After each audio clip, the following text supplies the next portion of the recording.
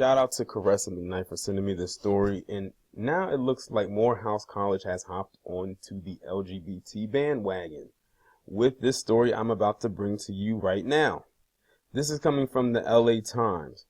It says, Morehouse College to begin taking transgender men next year.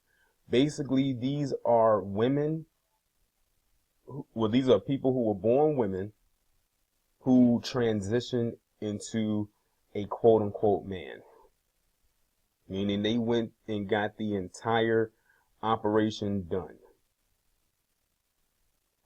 Let's get into it.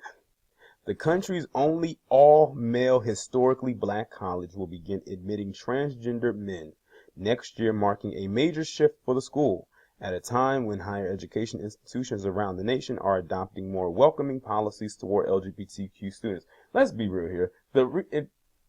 It's not so much welcoming, it's more like bullying. I'm going to just lay it all out right here. The only reason a lot of the people are doing this right now is because they're being bullied into it, and the institution is probably getting some money out of it as well. So it's a bullying thing, and it's a business thing. Leaders of Morehouse College told the Associated Press that its board of trustees approved the policy Saturday. Because see, the thing is, they know if they didn't approve it, then they would put a stain onto the college. Remember what happened in North Carolina a couple years ago with the whole transgendered restroom, and they voted no, that they didn't want to do it. And that was around the time that the All-Star game was going to happen in Charlotte. It got so much pushback that at the last minute they moved the All-Star game out of Charlotte and put it in New Orleans. Like, they literally had to do a quick switch around.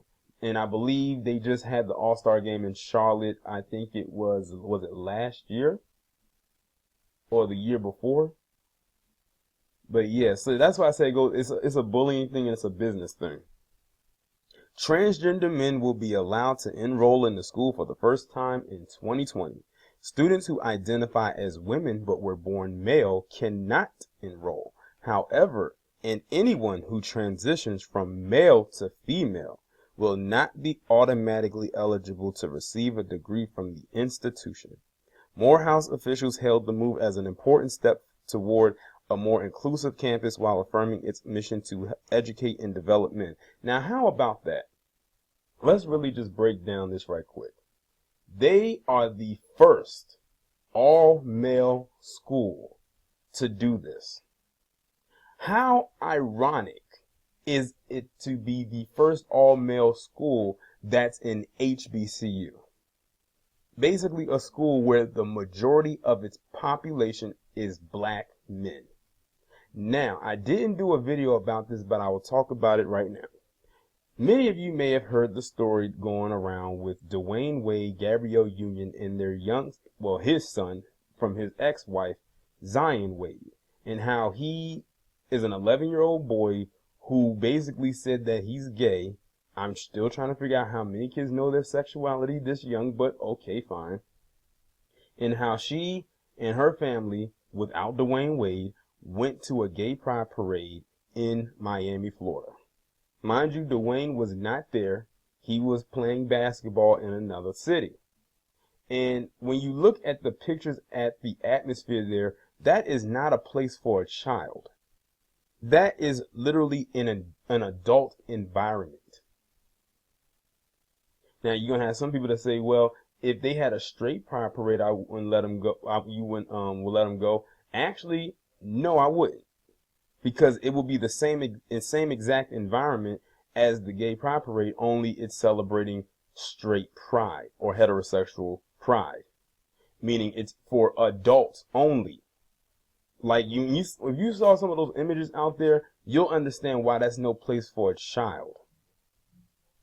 If you saw how some of them were dressed or not so dressed, you'll understand what I mean. But let me get back to this story.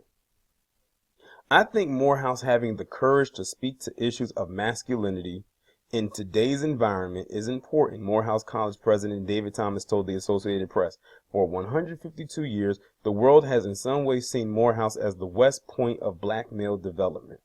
The policy also states that Morehouse will continue to use masculine pronouns, which it calls the language of brotherhood. That's what they say now, but wait till they start to throw that word toxic in front of masculine. and call it toxic masculinity, and we'll see how long that verbiage lasts. Morehouse is an iconic college that the Reverend Martin Luther King Jr., filmmaker Spike Lee, and former Atlanta Mayor Maynard Jackson among its alumni. It bills itself as the college of choice for black men that has instilled leadership skills in generations of African American men. More than 1,000 colleges and universities nationwide have adopted some form of transgender policy, including about 24 historically black colleges.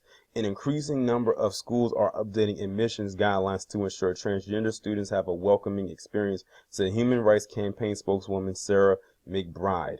Young people are incredibly supportive of LGBT equality, including transgender equality. And see, that's the thing right there. Sure, you might have some that are welcoming of it, but see, that's the thing right there. They'll see, and when I say they, I'm talking about those in that community that will see it, of people welcoming the lifestyle so much that they might try to make advances on them. Y'all know exactly what I mean when I say that. So let me continue. Schools are responding in kind. In many ways, our college campuses look like the country will have in 10 to 15 years. There are a lot of reasons for hope. It was a video that Professor Black Truth did that was very, very poetic about the whole thing with Gabrielle Union and her stepson. I don't know if it's still up or if YouTube took it down, but if y'all got a chance to listen to it, it was very detailed. If y'all managed to find it, make sure you listen to it. Morehouse College becomes the first standalone all-male college in the country to adopt the transgender policy. Like I said, how ironic that they're the first all-male college in the country to do this, and they're an HBCU. Does anyone not see the indoctrinating agenda at work here? They didn't go with Spelman.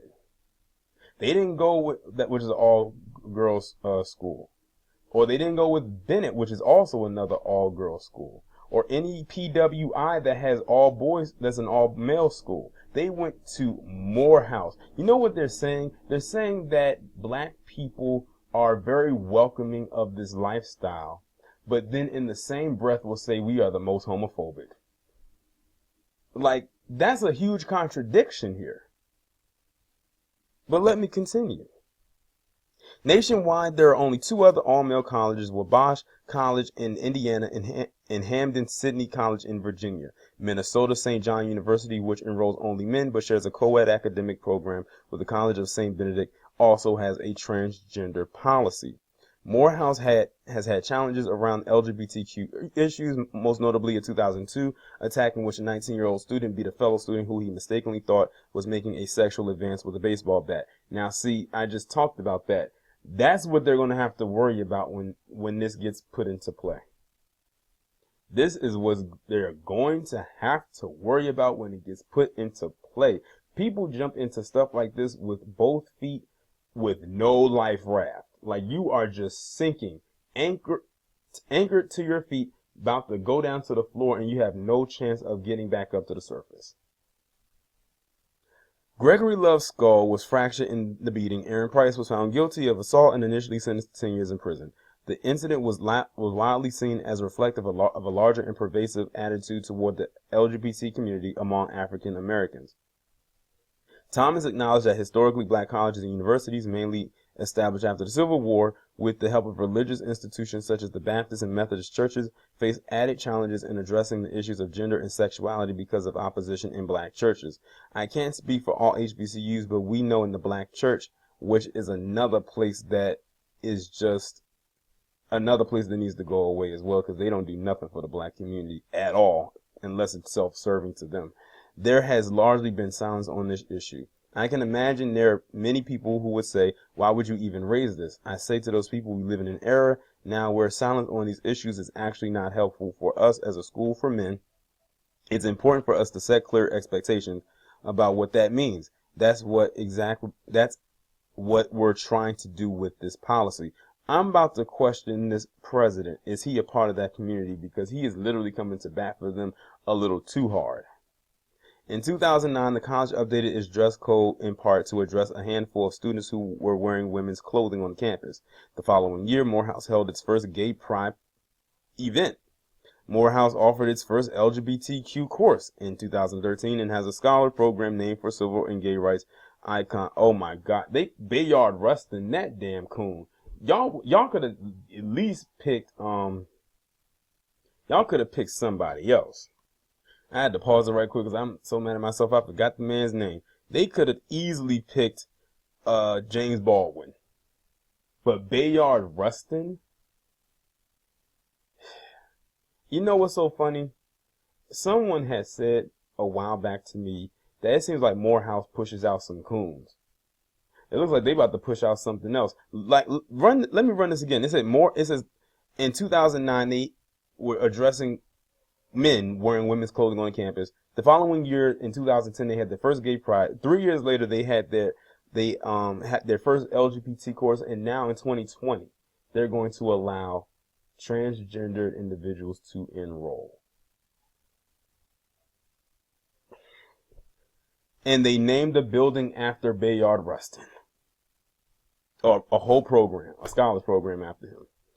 Let's see. Spelman College, an all-woman HBCU next door to Morehouse, adopted a transgender policy in 2017, and the first transgender woman graduated in 2018, which is basically a person who was born biologically a man but transitioned into a quote-unquote female.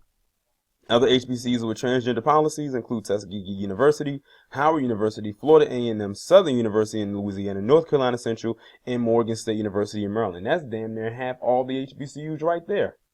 Because you know it's not that many. T.T. Naomi Tukes, a 2017 graduate of Morehouse who enrolled as a cisgendered man in 2013, but now identifies as transgender non-binary and uses the pronouns they, them, their, said they disapproved of the policy, which they learned about in an alumni email Saturday. Tukes said the policy is hostile and exclusionary toward transgender women and non-binary students and could put transitioning students in an unsafe environment if they have to leave the college. It says you can't control how someone feels in their body. Now, let's see. It says the college fails at addressing and understanding the gender journey that one undergoes. So basically, this person is upset because the college will not admit anybody who is currently transitioning. Basically, they're coming in as a man, and by the time they graduate, they'll be a woman. Or vice versa. They'll come in as a woman, and by the time they graduate, they'll be a man. I'm questioning how in the world did this get out of the book of mental illnesses and got replaced by gaming? Like, I feel like I don't even have to give anything else after just reading what I just read. I'm going to let y'all digest everything that I've said. I can't wait to see these comments. Y'all let me know what you think, and I will talk to you in the next one.